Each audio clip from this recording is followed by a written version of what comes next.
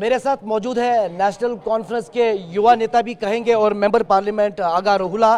Parliament में बेबाक बोलते हैं और उम्मीद करेंगे सर आप बेबाकी से इस सवाल का भी जवाब देंगे कि आपने कांग्रेस के साथ अलायंस तो किया, सीटों का बंटवारा भी हुआ, लेकिन पीडीपी लगातार ये बता रही हैं और जता भी रही हैं कि नेशनल कॉन्फ्रेंस को हमने लगातार दरवाजे खुले रखे हैं, अगर वो उन्हीं तमाम एजेंडों पर चलें जो कि लोगों के हैं और पीडीपी उन्हें अपना एजेंडा भी मानते हैं, तो इस पर क्या कहेंगे? मैंने अभी जवाब दिया प्रेस कॉन्फ्रेंस के ज़रिए, दरवाजे हमारे भी खुले हैं। अगर शर्त ये है कि एजेंडा हो, एजेंडा नेशनल कॉन्फ्रेंस का पीडीपी की वजूद से पहले ही था कि ये कश्मीर का जो मसला है इसको हल करना है।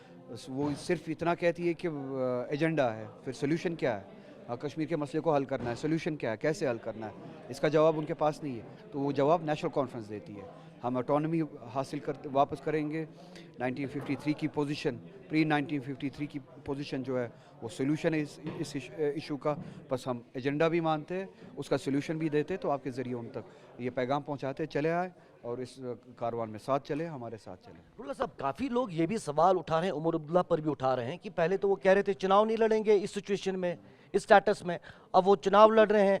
और इन सूरत हाल में आप कैसे इस असेंबली में वो तमाम वादे पूरे कर सकते हैं जो कि बहुत ही सेंसिटिव है, धारा 370, 35A, ऑटोनॉमी, तो उसके हवाले से आप क्या कहेंगे? क्योंकि लोग बड़े कंफ्यूज है नेशनल कॉन्फ्रेंस। उमर साहब को पार्टी ने कहा है इलेक्शन लड़ने के लिए, ये पार्टी का फैसला है। उमर साहब को पार्टी ने मजबूर किया है या उतारा है इलेक्शंस में, तो ये पार्टी का फैसला है, उमर साहब का फैसला नहीं है। दूसरा, हमने ये नहीं कहा कि असेंबली में जाके हम 370 को रिस्टोर करेंगे। आप मैनिफेस्टो फिर से पढ़ें। हमने ये कहा है कि असेंबली में जाके हम उस स्ट्रगल की शुरुआत करेंगे, लेजिस्लेटिव शुरुआत करेंगे, असेंबली से शुरुआत करेंगे। कल को अगर कोई बीजेपी मेजॉरिटी लाती है और जाके इसी असेंबली में एक रेजोल्यूशन पास करती है कि हमें 370 के हटाने का फ़ैसला मंजूर है, तो जम्मू कश्मीर की आवाम क्या वो फैसला चाहती है, वो रेजोल्यूशन चाहती है, तो ये मसला तो हमेशा के लिए ख़त्म हुआ। हम चाहते हैं कि इन हुकूक की वापसी के लिए, 370 की रेस्टोरेशन के लिए, ऑटोनॉमी की रेस्टोरेशन के लिए जो हमें स्ट्रगल करनी है, वो स्ट्रगल हम लेजिस्लेटिवली, पॉलिटिकली इसी ऐवान के ज़रिए शुरू करेंगे। और उमर साहब ने भी कहा कि जो ही अगर हमारी मेजॉरिटी होती है, जो ही असेंबली अपना काम करना शुरू करेगी, हमारा पहला बिजनेस यही होगा कि 370 का जो हटाने का जो फैसला किया गया वो हमें मंजूर नहीं है। उसके बाद ये असेंबली काम करेगी, उसकी रेस्टोरेशन के लिए स्ट्रगल करेगी।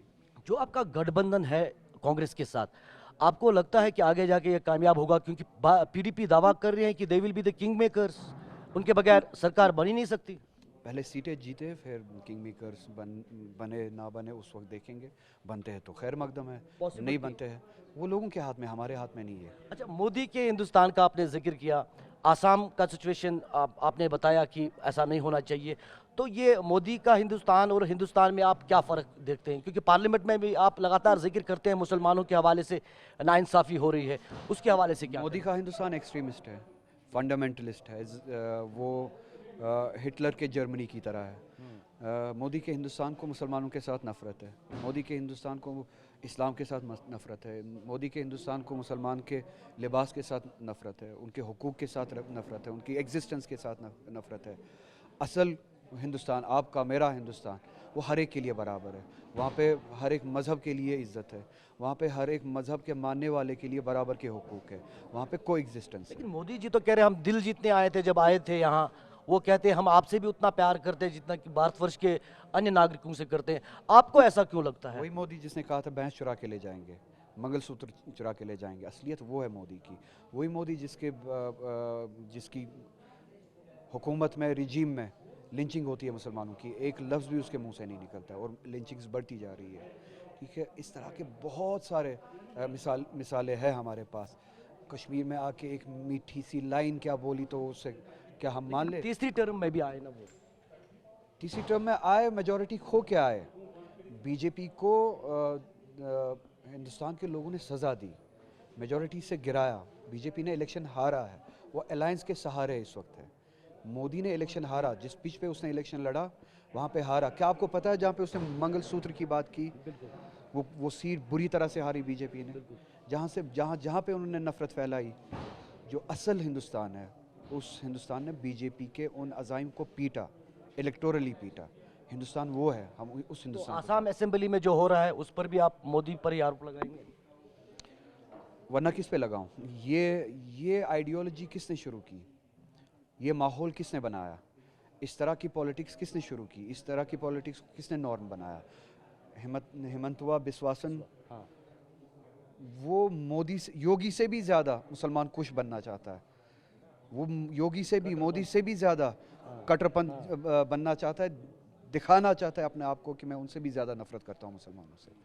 तो ये थे नेशनल कॉन्फ्रेंस के नेता और मेंबर पार्लियामेंट श्रीनगर से आगा सईद रूहुल्लाह। बेबाकी से बोलते हुए लगातार नरेंद्र मोदी पर वार करते हुए कहा कि इस तरह की जो आइडियोलॉजी है भारत में वो उन्होंने लाई जो मुसलमानों के प्रति जो है बहुत सख्त है और नाइंसाफ़ी वाली है। इसके खिलाफ सेक्युलर लोगों को लड़ना चाहिए और साफ किया कि आसाम में जो नमाज के हवाले से हो रहा है वो नहीं होना चाहिए। कैमरा पर्सन सईद मुर्तज़ा के साथ इरफान कुरैशी, TV9 भारतवर्ष, श्रीनगर।